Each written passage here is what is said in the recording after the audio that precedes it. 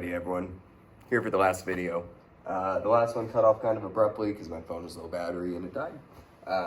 So it looks like we did get all the way through rotational symmetry in that video, and all we got left is reflectional symmetry here in this unit. So let's go ahead and get through that one, which I did once, it just is not recorded. And then we will go to the last unit and be done. Yay. Okay, so for the reflectional symmetry one, does this shape have any reflectional symmetries? Yes, it does. It has a few. Okay, that's where the shape can flip over the line that we're creating and look exactly the same when mapped on top of the other half. So, for example, U, Z, and down through the line C, that's going to flip over line C, or actually, I'm sorry, line J. It's the little letter that names the line.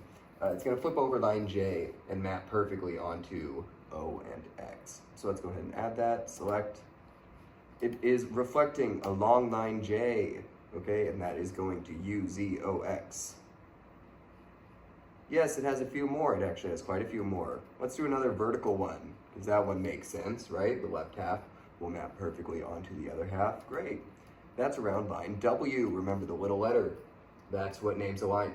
Big letters, capital letters, name a point. Little letters will name the line. Okay, and that is of U, Z, O, X.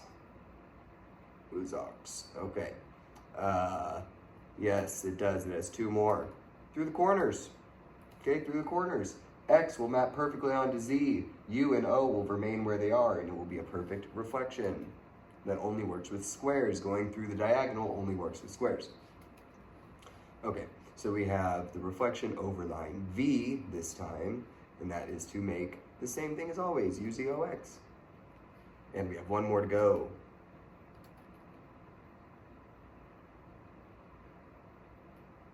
Okay, this one is reflecting over line C, it looks like, and that makes the same thing as always. This is just the inverse of the last one we did. Nope, no more, we're good.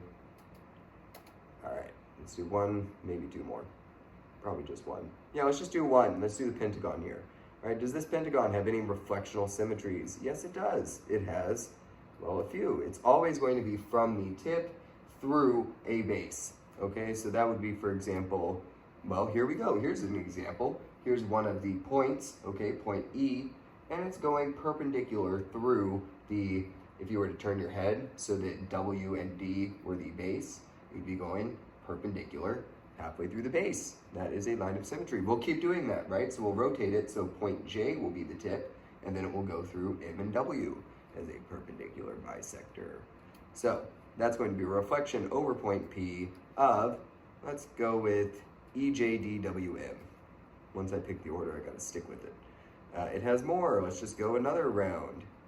Okay? Remember how we kind of did this with rotational symmetry.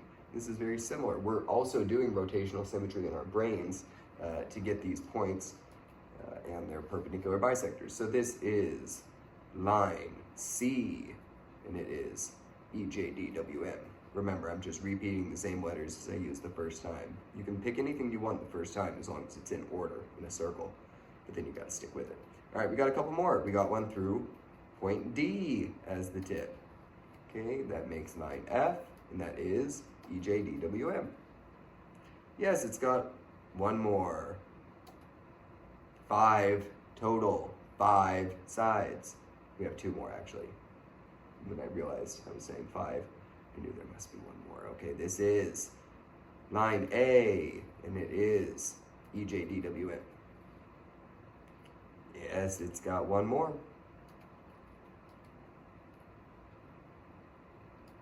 Yes, and that is line U, EJDWM. Great, no more, that's it. That's all of its reflectional symmetries. Notice it has the same amount of reflectional symmetries as it does rotational symmetries. Does this rectangle have any reflectional symmetries? It does, but way less than the square. Here's one. That would map equally onto each side. W, and let's call it X, Q, G, J. We only got one more here. Okay, and that's gonna be not through the corners. Remember, rectangles you can't do through the corners. This will be over line A, and it is the same, X, Q, G, J. Great, no more. All right, that's it for that one. I'm done there. Let's move on to our last unit. Oops. Not much to do here, remember. Start here, calculating justifying angle measures. These ones can be frustrating though, I will admit.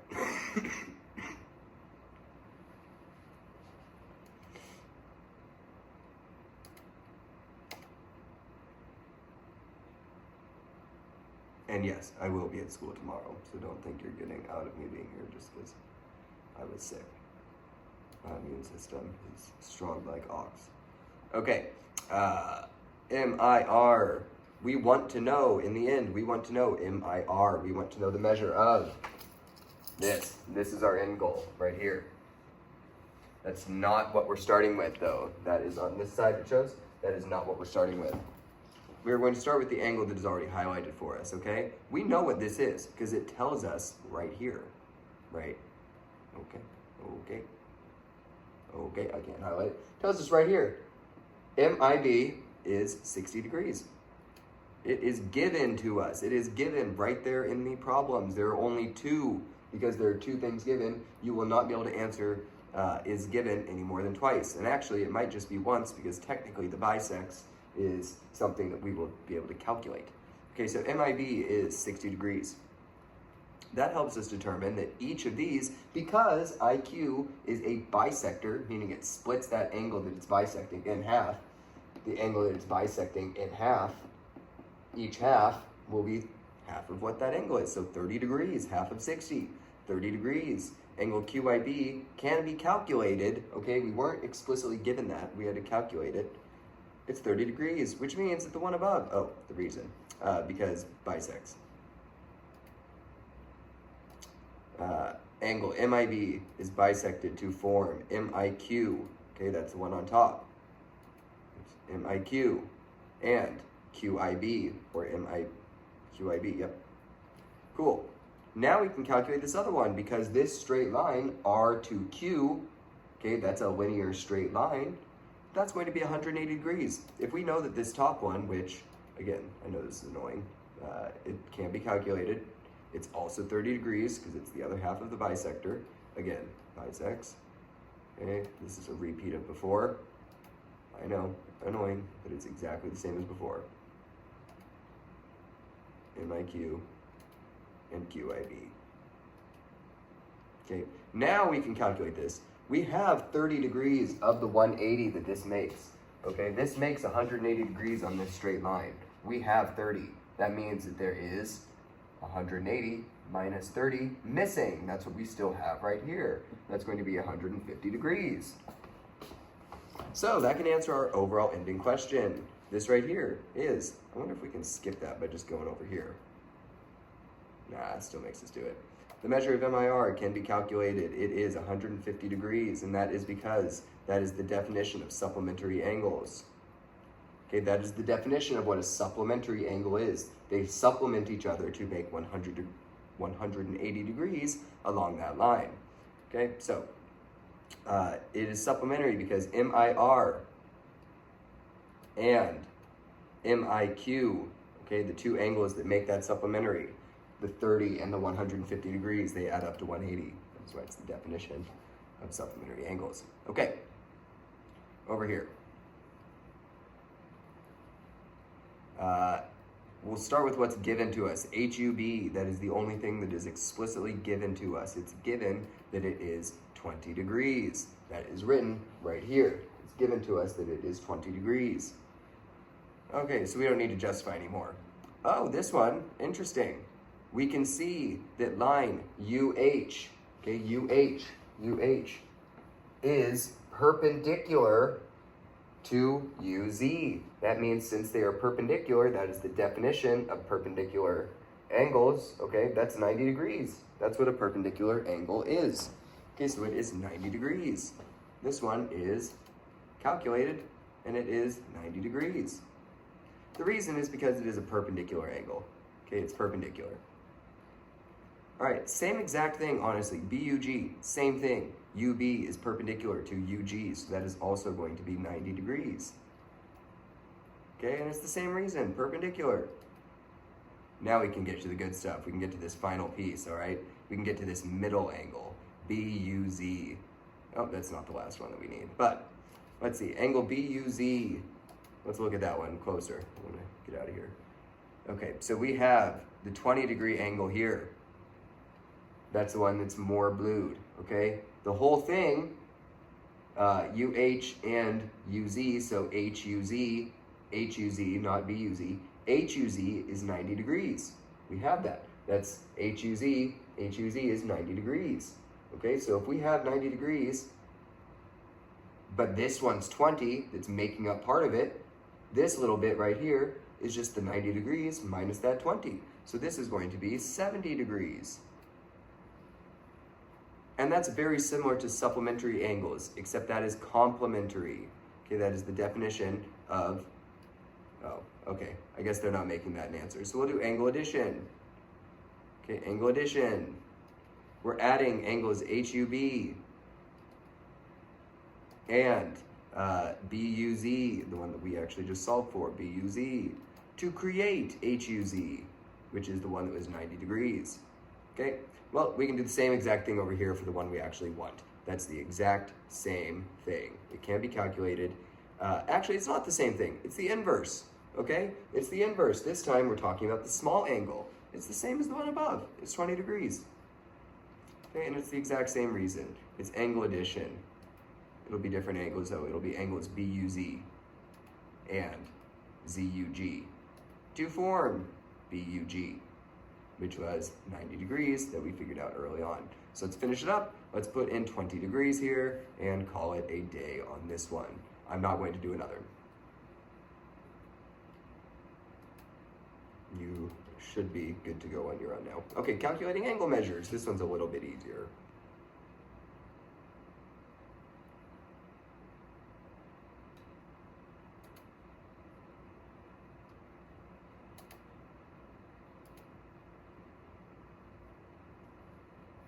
Okay, so over here, skip.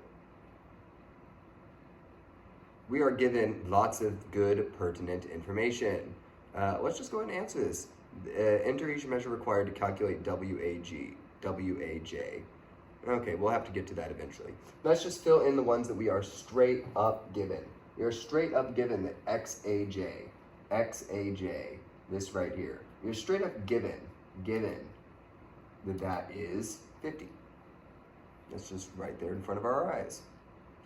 We're also given that DAJ, this overall big one, okay? DAJ, that is given to us. It's given, the only other given, and it is 85 degrees. Okay, so now we could also use this WAD, the one that we still need, okay? WAD is congruent to XAJ. Oh, so we know that it's congruent, meaning it's the same. Okay, that can't be calculated, it's not given to us as a number, but it's the same, so it's 50. Great. The measure of WAJ can be calculated in just a minute. We gotta get DAX. Okay, DAX is going to be, let me just try and highlight it so I can show you. Okay, that's DAX. This whole thing, this whole thing is 85 degrees, and this is 50 degrees. So this piece is just the difference of 85 and 50. It can be calculated. It is angle addition, okay, and it will be 35 degrees. Oh, it's not even making us say what it is. That's so much better. Okay, now we can calculate WAJ, okay, the overall whole. 50 plus 35 plus 50. Don't count that 85 inside. That's 130. It is 130 degrees. Oops, what did I do wrong? 135, okay, because it's, yeah, 135. Cool. I'm not gonna do another one because that's like the whole thing, okay, and that wasn't too bad. That saves me time. Yeah, I'm dipping out. I am going to check and make sure that I've been recording the whole time, because I've had a bad feeling the whole time that I didn't actually hit record. Okay, good. We're set. All right, last one. Here we go, home stretch. Grand finale. Triangle congruence theorems. This is some of the most recent stuff that we have done.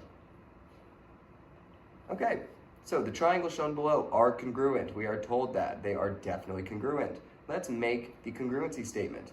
Well, we can't just pick any 3 letters of the second triangle in order to make this congruency statement. We got to follow the same circular order that the first one is with how they label it. They label this one JXP, so we're going J to X, that's across the single slash, J to X across the single slash, down to P, the unmarked side, over through J. So across the single slash, unmarked, across the double slash. Across the single, nope, across the single slash, across the unmarked side, across the double slash. So I need to go that order, C, H, D. Okay, I must call it CHD, that is essential, CHD. Okay, so now let's actually just go over the individual sides. Remember, the order, or like matching them precisely, is important, okay? If XJ, you understand that XJ goes with HC, but is it HC? It is, but if it's XJ, that's going across the single slash towards the double slash side. Okay, it's going across the single slash towards the double slash side. GH would not be correct, or CH would not be correct. It must be HC. I'm going to show you. CH will not be correct. See? It must be HC. Okay, side CD, that is going from, or going across the 2 slash, going across the double slash into the unmarked side. Across the double slash into unmarked. Across the double slash into unmarked. J2P, it must be JP. PX, PX, PX, that is the unmarked side towards the single slash. Unmarked side towards the single slash, that would be DH. Now let's go with angles. Angle J. Angle J is between the 2 markings. Angle C is between the 2 markings, so it is going to be angle C. Angle H is between the single marking and the unmarked. Between the single and the unmarked, that is X. And finally, you could process of elimination this one down pretty well that it's D because that's the only one left, but same idea. Let's do one more of these, okay? I really like these. I think that you'll get the gist, but this one's a lot different. So, okay, given that BMQ is congruent to SPZ, select the congruency statements. This is tricky because I don't think we have the shape anywhere. Yeah, we don't have the shape. I'm going to give you 2 options, okay? Or I'm going to teach you 2 options. The first option is I'm going to show you how to do it without having a shape, okay? So let's think about it. If it's BMQ and SPZ, that's what's given. That's the given piece. BMQ and SPZ, all right? BM is going to be the same as SP. MQ is going to be the same as PZ. ZS will be the same as QB, all right? So let's just think about this. If it's QMB, QMB, QMB, that's what we have, B and Q backwards. So what if we tried putting ZPS, right? That's a SPZ backwards, ZPS. Yeah, that works, see? Okay, MBQ, okay, that's position 2, well, yeah, it's position 2 first, then position 1, then position 3. Position 2 is P, position 1 is S, position 3 is Z. So PSZ, PSZ. Then let's go with BQM. Okay, that is position 1, position 3, position 2. Position 1, position 3, position 2. SZP, SZP. QBM, QBM, that is 3, 1, 2. 3, 1, 2. I'm hoping you see my cursor. That stuff is in the way, but 3, 1, 2. ZSP, ZSP. Well, no brainer. That one's the last one left. Oh, let's go with individual sides for that congruency statement. Okay, BM. Well, that goes BM, 1, 2, 1, 2. SP, SP. ZP or QB, QB. 3, 1, ZS. MQ, 2, 3, PZ, 2, 3, PZ. And I think all three of the other ones, we'll find out. I think all three of the other ones do not have anything. Correct. Okay, and finally the angles. All right, so if we had angle B, that's the first one. Oh, they're going with the other side. Okay, so angle P, that was the second position. That is our second position on the first one. That is angle M. Okay, angle Q, that is third position. That is angle Z. And process of elimination. All right, that's it for that one, I think. Yes, so let's go into the last unit. You can figure out the rest on your own. Oh, the other method that I meant to show you. I can't remember what they were. It was like BQM, something like that. BQM and SPZ. Just go with it. It's something like that. Make the triangles. Just make them. B, Q, M. S, P, Z. Now you can see all of those congruencies. What is QM congruent to? It's PZ. Okay, I didn't mark any congruent sides just because we weren't really given those markings. That's why I didn't want to like mix it up. If we were given the markings, I would have loved to mix it up where like this is P and this is S and this is Z, because that totally doesn't match. But that makes it way more confusing when we don't have the specific markers. Okay, last one. Oops.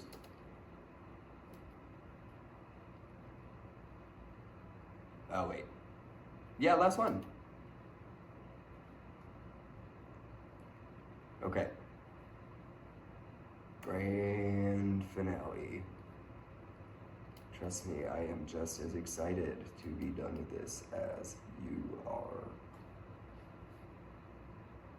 Okay. Determine whether KPT is congruent to KWT. KPT, the left side triangle, the one on the left, okay, the one that's pointing towards me. And KWT, that's the one that's pointing towards the door. All right, we're gonna determine whether they are congruent. Well, we need to have a side angle side, a side side side, an angle angle side, something like that, okay? But what do we have? We only have a side. We have a side and an angle. So if we had one more side that wasn't right here, that would be enough. Oh, we do. This side is the same for both triangles. So we may as well mark that one up as congruent. Side angle side. We got ourselves a side angle side congruency. The triangles are congruent by side angle side. What about these ones? Well, we have an angle, we have a side, but what else do we have? What else do we have? I'm actually trying to figure this out myself too. That's what I meant. I don't think there's enough here. I could be wrong, but I don't think there's enough. Ah, I was right. Let's go back up. Okay, I was psyching myself out. We don't have enough information here, right? Because we don't know if these are congruent. We don't know if these corners are. We don't know if that's a bisector. If it said that DG was a bisector of angle G or of angle D, that would be enough. If it were a bisector, these angles would be congruent, okay? That could give us angle, angle, side. Great. We're not told that, so it's not true.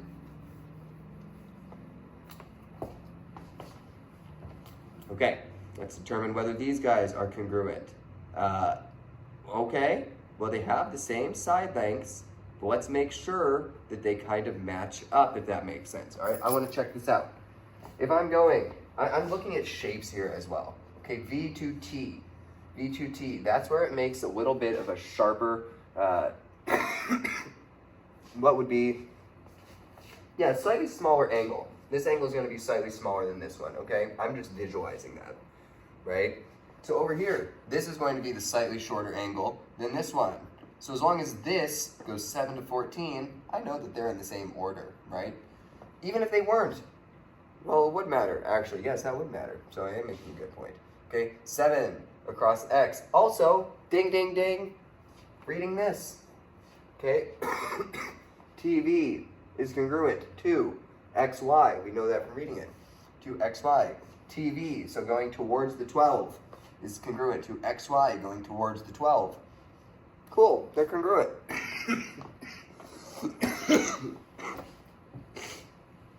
It doesn't sound like it, but I'm way better today than I was yesterday. I'll be just fine, dandy, and chipper tomorrow for finals. Okay, let's look at this one. Oh, well, I'm already seeing an issue. Doesn't matter the order. I'm seeing 2 7s, and I'm seeing 2 8s. That ain't gonna work. That's not happening. That's not congruent. Oh wait, not congruent. That was an option. Great. Okay, let's do one more, then we're done. Check this one out. This one's talking angle side angle or angle angle side.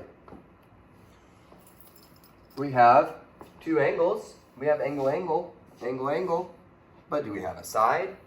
Yes, we do. This is a shared side between the two. Both triangles have this side as the same. Okay, so that does work. Angle side angle, angle side angle. Over here, let's check this one out. We have, okay, this 90-degree angle counts as an angle. Okay, that counts. But notice something. We have, oh wait, no. This will work. Well, no? Yeah, notice something fascinating.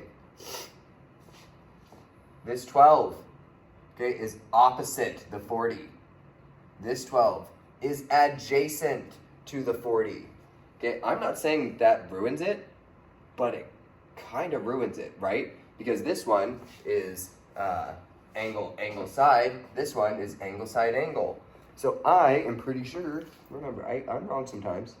Yeah, okay, oh. Yeah, it's because they're not congruent. It's not that there's not enough information, they're just not congruent. Fascinating. This one is cool. Whether Q, W, Z, okay, is congruent to Y, T, P. So this middle area, this zone, just for the record, is not part of the congruency. We're talking about this triangle and this triangle, all right? Well, I'm torn on this one, just as like a personal answer, right? Because I would say, based off the information that we are given, that we don't have enough information. Because I don't know for a fact that this is congruent to this. So I'm going to answer there's not enough information. But if that says it's wrong, it's because we can assume that these are congruent. And that would give us angle, angle, side. But I really don't think that that's fair to assume based off the information. They would need to give us something more. And that is correct, right? Okay, so I was right. They would need to give us a little bit more. This one's different. This is kind of if we got rid of that middle area, that gray area, all right? We still have the angle, angle. We still have the angle, angle, but now we have that side because this is shared between the two. So we do have the side to call it angle, angle, side. And that's it. So you can finish it off, okay? You can do this next one. You're gonna be fine. Keep in mind vertical angles here, okay? STW, angle STW and UTV are congruent because they are vertical angles. Okay, I knew that one we talk about a lot, so I might as well answer it. Using, oh, okay, we have more information at the top. You would use this to find out whether you had more pieces of information, right? Because right now we just have the one. But anyways, that is enough. Okay, so you can finish up the MATHia. These should be the last units. You have the rest of next week to finish MATHia, so kind of focus maybe on finals instead at first. But yeah, good job everyone, and I will see you tomorrow.